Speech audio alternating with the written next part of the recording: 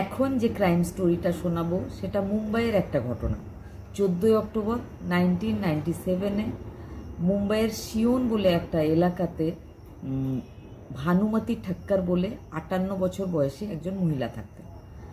মহিলা নিজের ফ্ল্যাটে একাই থাকতেন, কারণ তার স্বামী, তার নাম ছিল অমৃতলাল ঠক্কর, তার ছিল সোনার ব্যবসা। আর সোনার ব্যবসা মানে কর্মসূত্রে তিনি দুবাইতে থাকতেন, তার ব্যবসাটা দুবাইতেই ছিল। তো আর তার একমাত্র ছেলে, সে পড়াশোনার জন্য পুনেতে থাকতো। মহিলা একা নিজের ফ্ল্যাটে থাকতেন। ফ্ল্যাটটা ছিল সিওনের বৃন্দাবন সোসাইটি 2nd ফ্লোরে। তো তিনি একা থাকতেন। তার বাড়িতে সকালবেলায় মায়া পাওয়ার বলে একজন মহিলা এসে সারা দিনের কাজকর্ম করত, আবার বিকেলবেলায় চলে যেত। প্রত্যেক দিনের মতো ঘটনার দিন সে যখন আসে কাজ করতে, অনেকক্ষণ দরজা নক করার পরেও দরজাটা খোলে না। তারপরে সে জানলা দিয়ে একটু উঁকি মেরে দেখে, কিছু দেখতে পায় না, কিন্তু একটা দুর্গন্ধ পায়। তো সে আশেপাশের প্রতিবেশীদের বাড়ি যায়, সেখানে জিজ্ঞেস করে যে আমার মালকিনকে আপনারা কেউ দেখেছেন কিনা। তারা বলে না, আমরাও তো গত 2-3 ধরে তাকে দেখিনি। তখন পুলিশকে ফোন করা হয়। পুলিশ আসে। পুলিশ আসার পরে দরজা ভাঙা হয়।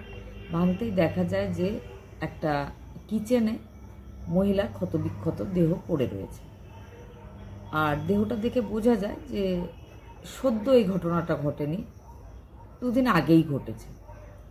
প্রথম যে সন্দেহ সেটা মায়া পাওয়ার, যে তার বাড়িতে কাজ করতো, তার উপর পুলিশের ছিল। তাকে খুব ভালো করে জিজ্ঞাসাবাদ করা হয়। তখন জানা যায় যে সে এখানকার লোক নয়, সে তার দেশের বাড়িতে গেছিল 2 দিনের ছুটি নিয়ে। আর তারপরে যখন ছুটি থেকে ফিরে সে কাজে এসছে, তখন দেখে এই ঘটনা।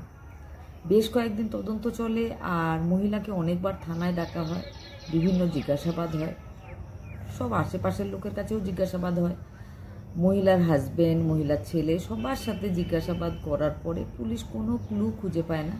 কিন্তু হ্যাঁ, তার ঘরে যখন পুলিশ সার্চ করেছিল, তখন আলমারি বা যেখানে টাকা পয়সা, গয়না ইত্যাদি রাখা হয়, সব জায়গাগুলো খোলা ছিল।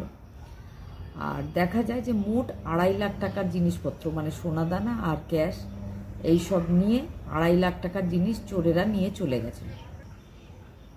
পুলিশ তখন বোঝে যে হয়তো কেউ চুরি করার জন্যই এসে থাকবে। মহিলা বাধা দিতেই তার সঙ্গে এই ঘটনা তারা ঘটিয়ে চলে গেছে। আগেই বলেছি 1997-এর ঘটনা। সেই সময় সিসিটিভি অতটা প্রচলিত ছিল না, আর সেই সোসাইটিতে সিসিটিভিও ছিল না। পুলিশ অনেক চেষ্টা করে, তদন্ত করে, কিছুই ক্লু খুঁজে পায় না। পুলিশ এক সময়, মানে 1 বছর পরে, একটা ক্লোজার রিপোর্ট কোর্টে জমা দিয়ে এই ফাইলটা ক্লোজ করে দেয়। আর ভানুমতি দেবীর যে হাজব্যান্ড, সে সেই আগের মতো নিজের কাজে লেগে পড়ে, আর তার ছেলে, সেও নিজের পড়াশোনায় ব্যস্ত হয়ে যায়। 1 বছর 2 বছর করতে করতে পুরো 16 বছর কেটে যায়। নিজের কাছের মানুষজন ছাড়া বেশিরভাগ লোকজন কিন্তু ভানুমতি ঠক্করকে প্রায় ভুলেই গেছে। এসে যায় 2013 সাল। ক্রাইম ব্রাঞ্চের একজন কনস্টেবল আগস্ট মাসে, তার দেশের বাড়ি ছিল রায়গড়। তো রায়গড়ে সে বেড়াতে যায়, মাঝে মাঝে সে যেত। তো 2013-তেও সে রায়গড় গেছে। তো সে একদিন নিজের বাড়ির আশেপাশেই ঘুরতে বেরিয়েছে। তো হঠাৎ একটা লোক ছুটে আসে তার কাছে, এসে হাত জোড় করে বলে যে স্যার, আমাদের এই গ্রামে 2 জন খুনি রয়েছে, সাম্ভাজি আর তানাজি। তো প্লিজ আপনি ওদেরকে অ্যারেস্ট করুন। অ্যারেস্ট করলে হয়তো আমাদের গ্রামটা ভূতের প্রকোপ থেকে বেঁচে যাবে। এই কথাটা শুনে কনস্টেবল হাসে। আর হাসার পরে সে আবার নিজের ছুটি কাটিয়ে যখন পুলিশ স্টেশনে আবার জয়েন করে, তো তার যে সিনিয়র অফিসার, তার সাথে এই ব্যাপারটা সে গল্প করে। তো সিনিয়র অফিসারও একটু অবাক হয়েছিলেন, কিন্তু তিনি বলেন যে তুমি আবার নিজের গ্রামে যাও। গ্রামে গিয়ে সেই ভদ্রলোকের সাথে, যে তোমাকে হাত জোড় করে তানাজি আর সাম্ভাজির ব্যাপারে বলেছে, তার সাথে আবার গিয়ে কথা বলো। সেই কনস্টেবল আবার নিজের গ্রাম রায়গড়ে যায়। রায়গড়ে গিয়ে সে সেই ভদ্রলোক যে হাত জোড় করে রিকোয়েস্ট করেছিল যে তানাজি আর সাম্ভাজিকে ধরতে হবে, তার সাথে কথা বলে।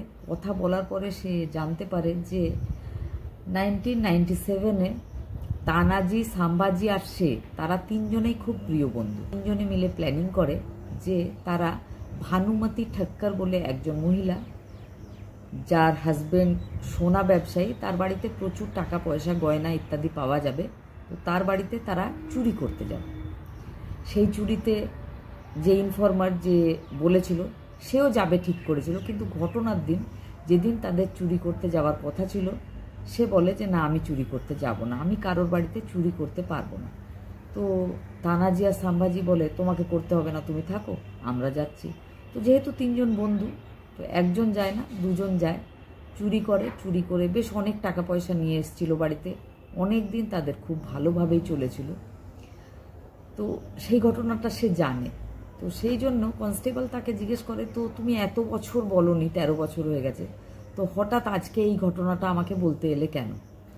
তখন সে বলে যে মহিলাকে তানাজি আর সাম্ভাজি মেরে ফেলেছিল তার একটা মূর্তি বানিয়ে আমাদের গ্রামেই রাখা হয়েছে। এবার কিন্তু কনস্টেবল সত্যিই অবাক হয়, বলে যে এই গ্রামের সাথে তো ওই মহিলার কোনো লিঙ্ক নেই, তো হঠাৎ করে তার মূর্তি তৈরি করে এই গ্রামে কেন রাখা হয়েছে? তো সে বলল সেটা আমি বলতে পারবো না, তবে তানাজি ওই মূর্তিটা স্থাপন করেছেন আর প্রত্যেক দিন গিয়ে সেখানে তিনি ধূপ ধুনো, তারপরে ফুল মিষ্টি এগুলো দিয়ে পুজো করে থাকেন প্রত্যেক দিন। কিন্তু সেই কনস্টেবলকে সেই ভদ্রলোক বলে যে তবে যবে থেকে তারা মার্ডার করেছে তারপরে ওই মূর্তিটা এনে বসানো হয়েছে, ওই মূর্তিটা বসানোর পরে কিন্তু আমাদের গ্রামে সবসময় অমঙ্গল ছড়িয়ে পড়েছে। গ্রামের অনেকের বাড়িতেই গরু, মোষ, ছাগল এগুলো মারা গেছে, অনেকের বাড়ি বাচ্চাও মারা গেছে। রিসেন্ট আমার বাচ্চা ভীষণ অসুস্থ, তো আমার মনে হচ্ছে যে যতদিন তানাজি আর সাম্ভাজি অ্যারেস্ট হবে না ওই মহিলার আত্মা শান্তি পাবে না, আর আমাদের গ্রামে এই রকম অমঙ্গল চলতেই থাকবে। সেই জন্যে আমি আপনাকে এই ঘটনাটা বলে দিচ্ছি, প্লিজ আপনি ওদের দুজনকে অ্যারেস্ট করুন। এই ইনফরমেশানগুলো কালেক্ট করার পরে সেই কনস্টেবল আবার নিজের অফিসে যায়, গিয়ে নিজের সিনিয়রকে সমস্ত ব্যাপারটা জানায়। সিনিয়র খোঁজ নেয়, তারপরে জানা যায়, আর সেই বৃন্দাবন সোসাইটিতে যাওয়া হয়, সেখানে গিয়েও খোঁজ নেওয়া হয়। ভানুমতি ঠক্করের বাড়ির ছেলে আর তার হাজব্যান্ডের সাথে কথা বলা হয়। বলার পরে সমস্ত ইনফরমেশন যখন জোগাড় হয়, 97 আর 14 অক্টোবরের ঘটনা ছিল। তো পুলিশ স্টেশনের যে গোডাউন থাকে সেখানে যে সমস্ত ফাইল থাকে, তো 13 বছরের আগের ফাইল, সেই ফাইলটাকে আবার খুঁজে বের করা হয়। খুঁজে বের করতে সময় লেগেছিল পুরো 20 দিন। 20 দিন পরে সেই ফাইলটা বের করা হয়। বের করার পরে সেই কেসটাকে আবার রিওপেন করা হয়। এবার পুলিশ শুরু করে তানাজি আর সাম্ভাজিকে খুঁজতে। তার গ্রামে যাওয়া হয়, তাদের ফোন নাম্বার জোগাড় করা হয়। ফোন নম্বর জোগাড় করে বারবার কল করা হচ্ছিল, কখনো সুইচ অফ, কখনো নট রিচেবল ইত্যাদি আসার পরে শেষ পর্যন্ত তানাজি কিন্তু ফোনটা রিসিভ করে। ফোনটা রিসিভ করার পরে পুলিশের লোকেরা তাদেরকে বলে যে আমরা একটা মোবাইল কোম্পানি থেকে কথা বলছি। তো তানাজি বুঝতেও পারেনি, কারণ সে নিজের ঠিকানাটা বলে। পুলিশ যায়, পুলিশ তাকে অ্যারেস্ট করে। অ্যারেস্ট করার পরে তানাজিকে ধরে আনা হয়। তানাজির পরে সাম্ভাজিকেও কিন্তু অ্যারেস্ট করা হয়। করার পরে তাদের দুজনকে থানায় আনা হয়। শুরু হয় জিজ্ঞাসাবাদ। জিজ্ঞাসাবাদ করার পরে যে ঘটনাটা জানা যায় সেটা হচ্ছে তানাজির স্ত্রী, সে ছিল মায়া পাওয়ার, যে ভানুমতি দেবীর বাড়িতে ঘরের কাজটা করত। তো মাঝে মাঝেই তানাজিও কিন্তু মুম্বাইয়ের কোনো একটা এলাকায় ছোটো মোটো কাজ, মজদুরির কাজ ইত্যাদি করত। সে মাঝে মাঝেই নিজের স্ত্রীকে আনতে বা দিতে ভানুমতি দেবীর বাড়িতে যেত। আর মাঝে মাঝেই টাকা দরকার হলে 200-500 টাকা তার কাছে চাইত। 200-500 টাকা তিনি দিতেন। আর তানাজি জানতো যে তার কাছে প্রচুর টাকা পয়সা আছে, কারণ তার বরের বিশাল সোনার ব্যবসা রয়েছে। ঘটনা কয়েকদিন আগে সে ভানুমতি দেবীর কাছে 10,000 টাকা চেয়েছিল। টাকার অ্যামাউন্টটা বেশ বেশি ছিল, সেই জন্য ভানুমতি দেবী বলেন যে এখন আমার কাছে টাকা নেই। আর এই কথাটা তিনি যখন বলেছিলেন, বেশ কয়েকজন লোকজন সামনে ছিল, তাদের সামনেই বলেছিলেন। সেই জন্য তানাজি পাওয়ার নিজেকে খুব অপমানিত বলে বোধ করে। তানাজির স্ত্রী মায়া পাওয়ার 2 দিনের ছুটি নিয়েছিল নিজের গ্রামে যাওয়ার জন্য। সে আর তানাজি দুজনেই নিজেদের গ্রাম মানে রায়গড় গেছিল। রায়গড়ে গিয়ে তারা চুরির প্ল্যানিং করে। মায়া কিন্তু এই ব্যাপারে কিছুই জানে না, মায়া বাড়িতেই ছিল। তানাজি নিজের বন্ধু সাম্ভাজিকে নিয়ে আসে চুরি করতে। তানাজি আস্তে আস্তে মনে করে যে তাকে তো ওই ভদ্রমহিলা চেনে, তাকে যদি চিনে ফেলে তো তাহলে কিন্তু পুলিশকে সে সব বলে ফেলবে। তার থেকে ভালো হবে যদি সে তো একাই থাকে, তাকে মেরে ফেলা উচিত।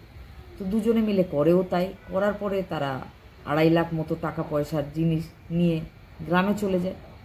মায়া কিন্তু কিচ্ছু জানে না। মায়া নেক্সট ডে কাজ করতে এসেছিল, তারপরে সমস্ত ঘটনাগুলো ঘটেছিল। কিন্তু মায়ার চাকরি চলে গেল। মায়া তানাজি রায়গড়ে গ্রামে গিয়ে থাকতে শুরু করলো। তানাজি চুরি তো করেই ছিল, সঙ্গে একটা আরও বড় ক্রাইম করে ফেলেছিল, সেই জন্য সে রায়গড়েই থাকবে ঠিক করে।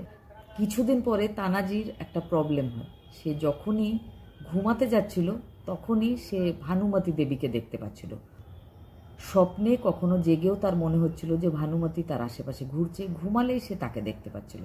সে অনেক ডাক্তার দেখিয়েছিল, অনেক ঘুমের ওষুধ খেয়েছিল, কিন্তু কিছুতেই তার ঘুম আসতে চাইছিল না। সে নিজের শরীরের অবস্থা নিয়ে ক্লান্ত হয়ে গেছিল, তার মন মেজাজ শরীর কোনোটাই ভালো থাকছিল না। তো গ্রামে একটা সাধু এসেছিল, তার কাছে তানাজি যায়, গিয়ে সমস্ত ব্যাপারটা বলেছিল। তো সেই সাধু একটা পথ বের করেছিল। তিনি বলেছিলেন যে যে মহিলা তোমার হাতে তুমি না চাইতেও মারা গেছে, তুমি তার একটা মূর্তি তৈরি করো। মূর্তি তৈরি করে সকাল বিকেল তার পুজো করো, তাহলে ধীরে ধীরে তোমার মনটা শান্তি পাবে, তোমার ঘুম আসবে। তানাজি তাই করেছিল। তানাজি ভানুমতি দেবীর একটা মূর্তি তৈরি করেছিল, মন্দিরের ঠিক পাশে সেটা স্থাপন করেছিল, প্রত্যেক দিন গিয়ে সেটাতে পুজো করছিল। এবার গ্রামের লোকজনেরা বুঝতে পারছিল না যে যার মূর্তিটা স্থাপন করা হয়েছে সে আসলে কে। সে কোনো দেবী নয়, সে কোনো মহান মহিলাও নয়। তাহলে হঠাৎ তানাজি একটা মূর্তি তৈরি করে এনে কেন এটাকে স্থাপন করলো তারা বুঝতে পারছিল না। তারা সবাই তানাজিকে জিজ্ঞেস করছিল যে হঠাৎ করে এই একটা মহিলার মূর্তি তুমি স্থাপন করলে, মহিলাটা কে? তখন তানাজি তাদেরকে বলেছিল সে যখন মুম্বাইয়ে থাকতো, মুম্বাইয়ে কাজ করতো, তো এই মহিলাটা রোড অ্যাক্সিডেন্টে মারা গেছিল। আর মারা যাওয়ার একটু আগে তানাজির সাথে তার দেখা হয়েছিল। কিন্তু এত বছর কেটে গেছে, তানাজির স্বপ্নে সেই মহিলা বারবার আসছে। সেই জন্য তানাজির মনে হয়েছে যে এই মহিলার আত্মা শান্তি পাচ্ছে না মারা যাওয়ার পরেও, কারণ কি তার এরকম দুর্ঘটনায় মৃত্যু হয়েছে। সেই জন্য তার একটা মূর্তি তৈরি করে সেটাকে পুজো করলে তার আত্মা শান্তি পাবে, এই উদ্দেশ্যেই তানাজি এই মূর্তিটা তৈরি করেছে। এইটা বলে সে নিজের গ্রামের লোককে বুঝিয়ে ফেলে। কিন্তু যে ইনফরমার ছিল, পুলিশকে যে ইনফরমেশন দিয়েছিল, সে তো ব্যাপারটা জানতো। সে এটাও জানতো যে এরা চুরি করতে গিয়ে একজন মহিলাকে মেরে ফেলেছে।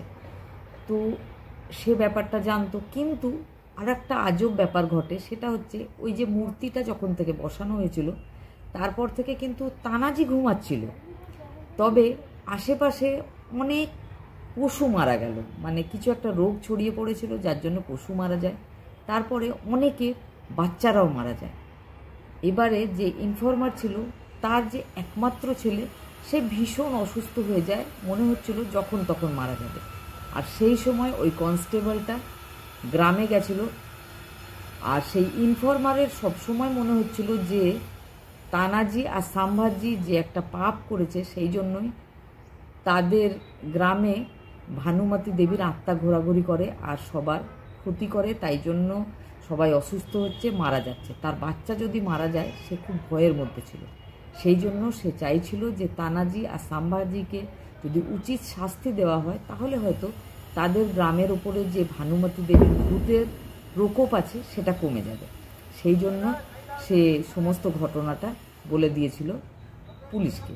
আর পুলিশ সেই ব্যাপারটা থেকেই আবার ফাইল বের করে। ফাইল বের করার পরে এই দুজন অ্যারেস্ট হয়। অ্যারেস্ট হওয়ার পরে এখনও কিন্তু তারা জেলেই আছে, তাদেরকে আজীবন কারাদণ্ডে দণ্ডিত করা হয়েছে।